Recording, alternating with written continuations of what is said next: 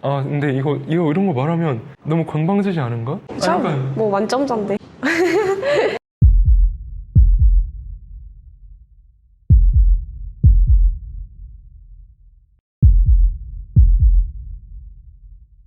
안녕하세요, 크메TV입니다. 저희가 저번에 국어 만점자들과 함께 6평 리뷰 영상을 올렸었는데요. 그 영상 댓글들을 저희들이 열심히 보다 보니까 동현 씨와 혁진 씨의 국어 공부법에 대해서 궁금해하시는 분들이 굉장히 많으시더라고요. 그래서 저희가 이번에 국어의 달인 홍동현 씨를 다시 모시게 되었습니다. 홍동현 씨 나와주시죠. 안녕하세요. 저번에 뵀었던 국어 만점자 홍동현입니다.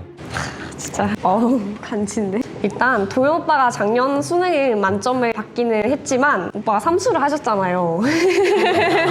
그건 삼수를 하기 전 작년과 재작년 수능 때는 국어 성적이 항상 그렇게 만점에 가까운 성적이었나요? 아, 네. 국어는 잘했어요, 제가. 와.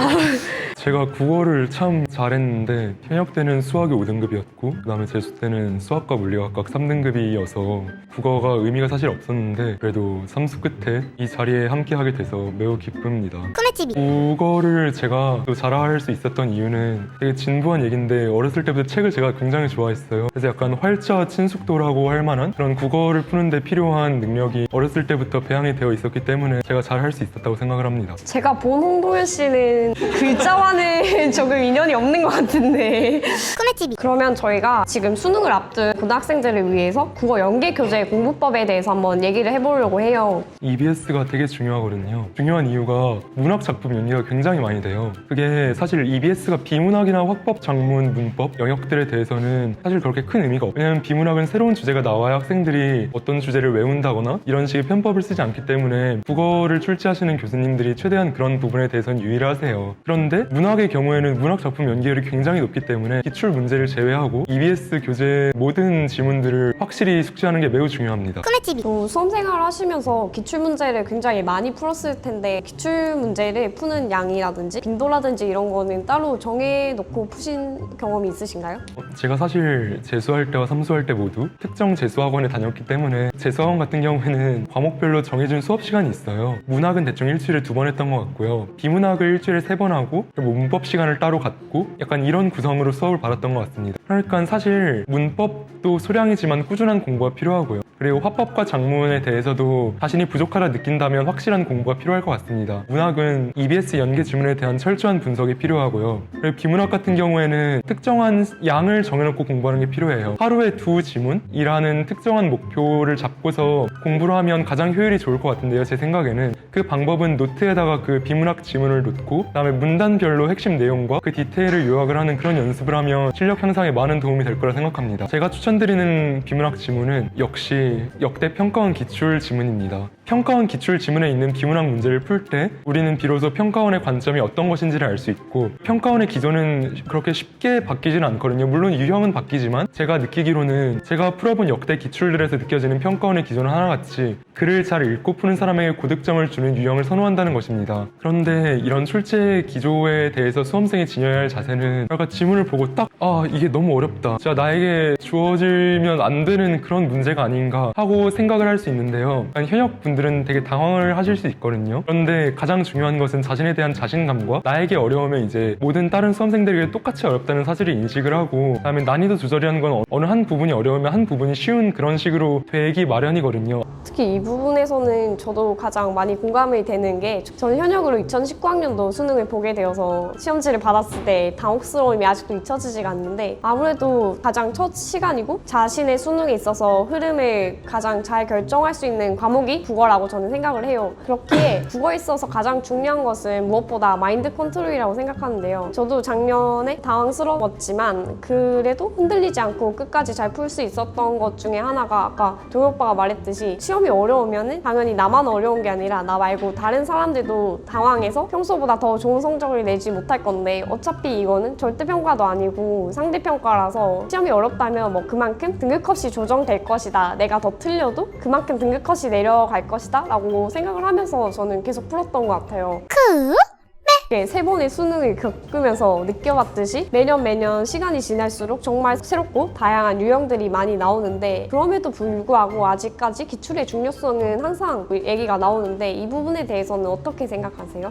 우선 기출 연계 같은 경우에는 화법과 작문 그리고 문법 영역에서는 제가 아까 말씀드렸다시피 EBS 연계뿐만 아니라 기출 자료에서도 그렇게 큰 도움이 된다고 생각하기 어렵습니다. 그런데 문학과 비문학의 경우에는 기출 자료의 힘이 정말 대단합니다. 왜냐하면 1997년 정도부터 역대 국어 수능이 참 많은 유형이 등장했는데요. 그런데 그 많은 유형들이 공통적으로 공유하는 하나의 성질이 글을 읽고 푼다는 기본적인 원리입니다. 기출 자료는 그 글을 읽고 부분에서 글을 올바르게 읽는 데 큰 도움을 줄 수 있는데요. 예를 들어서 그 문학 작품을 분석하는 데는 물론 사람마다 여러 시각이 나올 수 있잖아요. 그런데 그 여러 시각이 나오는 문제들에 대해서 자신만의 시각으로 해석을 했는데 평가원은 이에 대해 다르게 생각할 수 있어요. 그럴 때 당연히 이 평가원의 기준을 따라야겠죠. 그 기준을 제공받을 수 있는 부분이 바로 기출 자료라는 겁니다. 그래서 기출의 중요성은 국어에서 정말 아무리 강조해도 지나치지 않아요.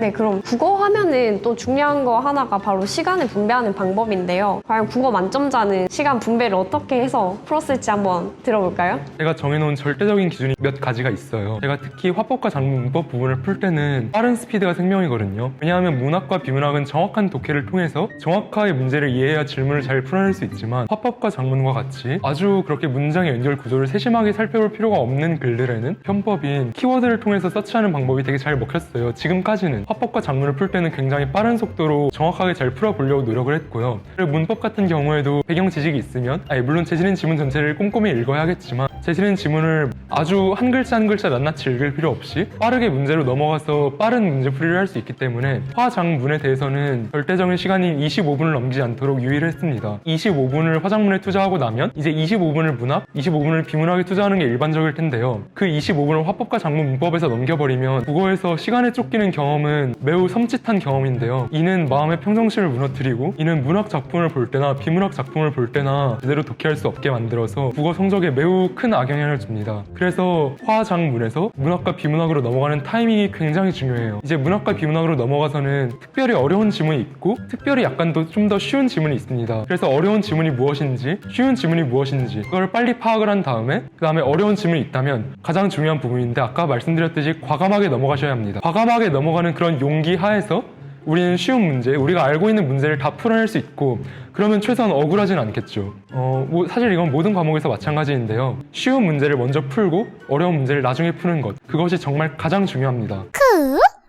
여러분이 수능장에 가셔서 가장 먼저 맞이하게 될 1교시 시험이 바로 국어인데요. 국어가 첫 시간인지라 더욱더 떨리고 힘들 텐데 그때 어떤 생각을 하시면서 국어를 풀으셨나요? 국어를 풀 때도 수학을 풀 때도 탐구 과목을 풀 때도 가장 중요한 것은 자신감입니다. 국어를 풀 때 확실히 첫 시간이니까 이걸 잘 흐름을 타면 다른 걸 잘 풀 수 있을 것만 같고 이걸 잘 못 풀면 수학과 탐구도 망할 것 같고요. 그런 흐름에 몸을 맡기는 수험생들이 굉장히 많아요. 저도 그 중에 하나였고요. 그런데 제가 삼수를 하면서 깨달은 건데 사실 과목 하나하나는 다른 과목에 영향을 주어서는 안 돼요. 절대로. 나한테 어려우면 모두에게 어렵다. 이 마인드를 항상 마음속에 간직하고 계신다면 나한테 어려운 지문이 나와도 크게 당황하지 않고 다음 시험 어떡하지? 내가 국어를 못 봤는데 이제 다음 수학도 영향 가면 어떡하지? 난 이미 국어를 망쳤으니까 이번 수능을 망치는 건가? 다음 해를 기약해야 하는 건가? 이런 생각을 충분히 떨쳐낼 수 있어요. 제가 알던 고등학교 친구 중에 하나인데요. 저와 비슷하게 삼수를 하다가 2019년 국어 시험장에서 만났습니다. 그 친구는 93점이라는 매우 고득점을 기록하였음에도 불구하고 자신의 국어 성적을 비관한 결과 수학 시간을 기다리지 않고 국어 시간 쉬는 시간에 짐을 싸서 나가버렸어요. 정말 안타까운 경우이죠. 이 친구에게 필요했던 것, 그리고 모든 수험생에게 필요한 마음가짐은 바로 자신감 있는 마음가짐입니다. 내가 어려우면 모두에게 어렵다. 꼭 마음에 간직하십시오. 지금 이 시점이 수능이 50일이 채 남지 않은 시점인데요. 진짜 얼마 남지 않은 수험생들 얼마나 지금 긴장되겠어요. 지금 이 딱 남은 시간 동안 마지막으로 막판 딱 스포트를 올려서 수능 고득점을 달성할 수 있는 마지막 비법이 있다면 과연 무엇이 있을까요? 문법 공부하세요. 문법 공부가 정말 시간 절약의 지름길이기도 하고 문법 5문제를 정확하게 풀어내는 게 의외로 점수 관리에 정말 중요한 부분입니다. 6평하고 9평이 수능 출제의 기준점이 되거든요. 그러니까 6평하고 9평에 있는 보기, 선지 이런 거 하나하나까지 최대한 낱낱이 분석을 하는 게 필요하다 생각됩니다. 그리고 마인드 컨트롤, 자신을 잘 관리해주세요. 수능 때까지요. 그리고 저 같은 경우는 개인적으로 커피가 굉장히 많은 도움이 됐다 생각합니다. 그러니까 이건 저만의 물론 방법이지만 이런 자신만의 마인드 컨트롤 방법을 찾는 것이 굉장히 큰 도움이 될 수 있어요. 최대한 외부적인 여건을 자신에게 맞는 환경을 세팅을 해놔야 자신이 최대한의 기량을 발휘할 수 있고 억울하지 않겠죠. 수험생 여러분, 재수를 해도 인생이 망한 게 아니고 삼수를 해도 인생이 망한 게 아니에요. 자신감을 갖고 용기 있는 자세를 갖고 수능에 임하면 이순신 장군이 하신 말씀이 있잖아요. 필사즉생, 필생즉사. 필사즉생은 수험생에게 매우 중요한 마음가짐이라 생각됩니다. 이 수능을 망하더라도 난 이 시험을 최대한 잘 치고 나가겠다. 이런 용기 있는 마음가짐이 도리어 수험생을 고득점의 세계로 인도할 것입니다. 네, 그럼 오늘 국어 만점자 홍동현 씨와 인터뷰 시간을 가져보았는데요. 영상이 마음에 드셨다면 구독과 좋아요.